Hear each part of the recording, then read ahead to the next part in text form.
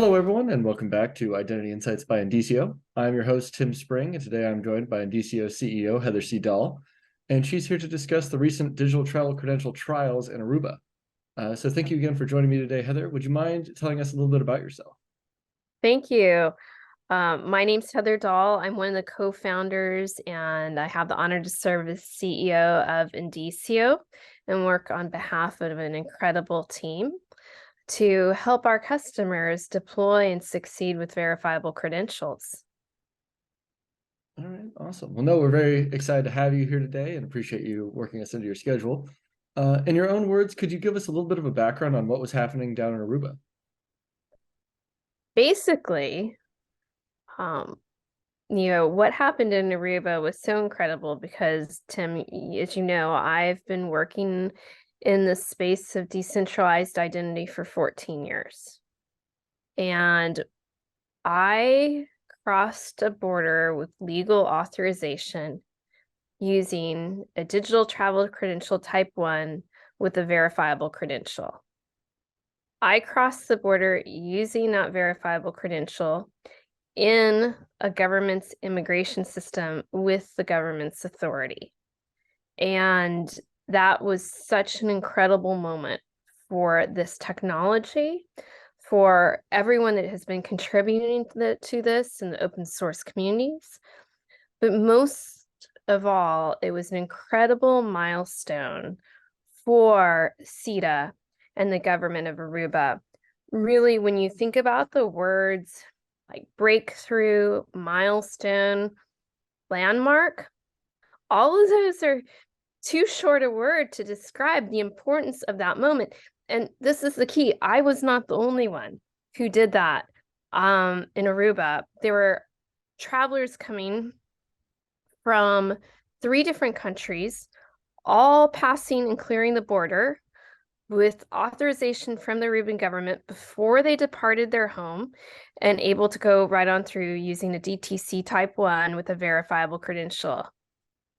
It was a very important moment for CETA, for the government of Aruba, and for all of those in the open source verifiable credential community. No, absolutely. I know I was also super excited to hear about it, and I got to see some pictures in the press release, which were also awesome.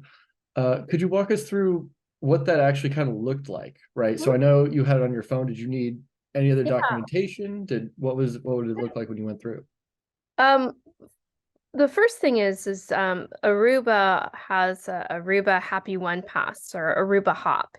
And it is an app that you in this case, an app that you download. I use an iOS device, so downloaded it. And within their app, you're cued to take your passport. The app tells you how to do this, and you first take a photo of the page in your passport that has all your data, including the machine readable zone at the very bottom. And then for US passports, you have the passport open and you set your phone, your actual device on the passport where the top of your device is just below the beak of the eagle. And using the information from the MRZ, it actually opens the chip that is contained in your passport. And the information in that chip, which includes your information and some biometrics, is transmitted into your device in the form of a verifiable credential. You're asked with consent whether that can be shared against an ICAO database to confirm that that passport is a legitimate passport by a legitimate government. And it responds back with the affirmative, in my case, affirmative, that it was. And I consent to the creation of a DTC type 1 credential. And then what happens is the government of Aruba asks if you're willing to share that credential, in addition to providing some more information about your visit, like where you're staying, how long you're staying for, where you learned about Aruba. And with consent, I then shared that information.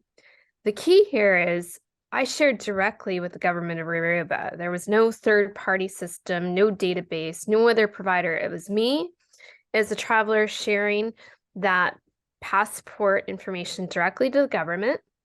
The government then assessed that information based on their systems and determined that I would be allowed to cross the border. And therefore, they sent me back an Aruba hop, a Aruba Happy One Pass that's basically says, yes, you have the permission from the government of Aruba to enter the island when you arrive. I did all of this standing in my kitchen.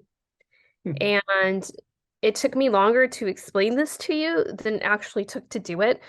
The scan of the passport and the chip, I mean, split seconds. Even for myself, I went and was like, wow, that was impressive. And all that was done from the kitchen. So when I arrived in Aruba, I just have to go to the e-gate and they're able to match the information I transmitted with their systems. And that gave me the, head to the beach, because in Aruba, the goal is 30 minutes from, arrival to on the beach. And if I instead decide to socialize with people at the airport, but if I had not stopped to talk to a few people, I could have been at the beach in 30 minutes. And when you arrive, many of us in those arrival halls, and you look and you're like, wow, it's 30 minutes just to get through line. Imagine now we're in a world of seamless travel where one can go from airport to beach in 30 minutes. So for CETA and the government of Aruba, wow, they have worked for 3 years on what was deployed last week, and it worked flawlessly, and incredible kudos to them, because they really are in that effort creating milestones and landmarks for all of us. All right, awesome. So yeah, I actually was going to bring that up with you. Is I know that Indicio has trialed a credential in Aruba before a couple of years ago or so. What, if you could kind of articulate, what was kind of the progress and what was the cause for a new trial? Just the fact that it was ready for more people to use, or what happened there? When we started working with CETA and Aruba, it was around sharing health information related to COVID, proof of test or vaccination. That's no longer the requirement it once was. But the systems were designed, whether it was proof of health information or, in this case, a digital travel credential, they were designed to help progress and scale as use cases and needs changed. So no longer was the pressure needed on the health information. And so we were able to move to a digital travel credential type 1 using the verifiable credential. And that's specifically what we were deploying and using last week. The important part is, regardless of whether it was health data or the fact it was a DTC type 1 with a verifiable credential, here is what the traveler was able to do. 1, travelers were able to manage their own data directly in their device. That's where the credential lived.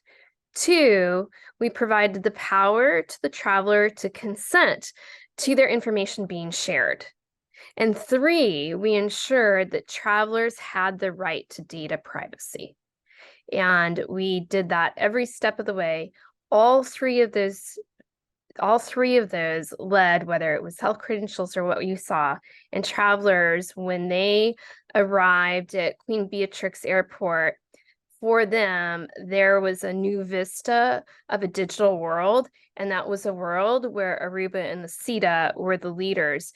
And what both organizations delivered was a bold new meaning to the freedom of movement, and they both made seamless digital travel easier. And it was an empowering moment to see those two partners come together and deliver this technology flawlessly. No, it definitely sounds absolutely awesome. So, right, I'm not sure how many people were involved with the trial, but were there any key learnings that you could share with us, or what was some of the big takeaways besides obviously that it worked and this is an awesome thing to see? Yeah. One of the concerns was, well, what if someone doesn't meet the criteria, right? In the case of sometimes when you cross the border, there are points where you need to provide more information. You're still going to be accepted across the border, but the government may want to know a few things. Why did you overstay your last date? Was that your correct flight information? And the system worked where flags were thrown for some travelers using the DTC to provide exactly that information, that there may have been the question mark. And it allowed immigration to focus on those and help those travelers cross and provide the information they needed.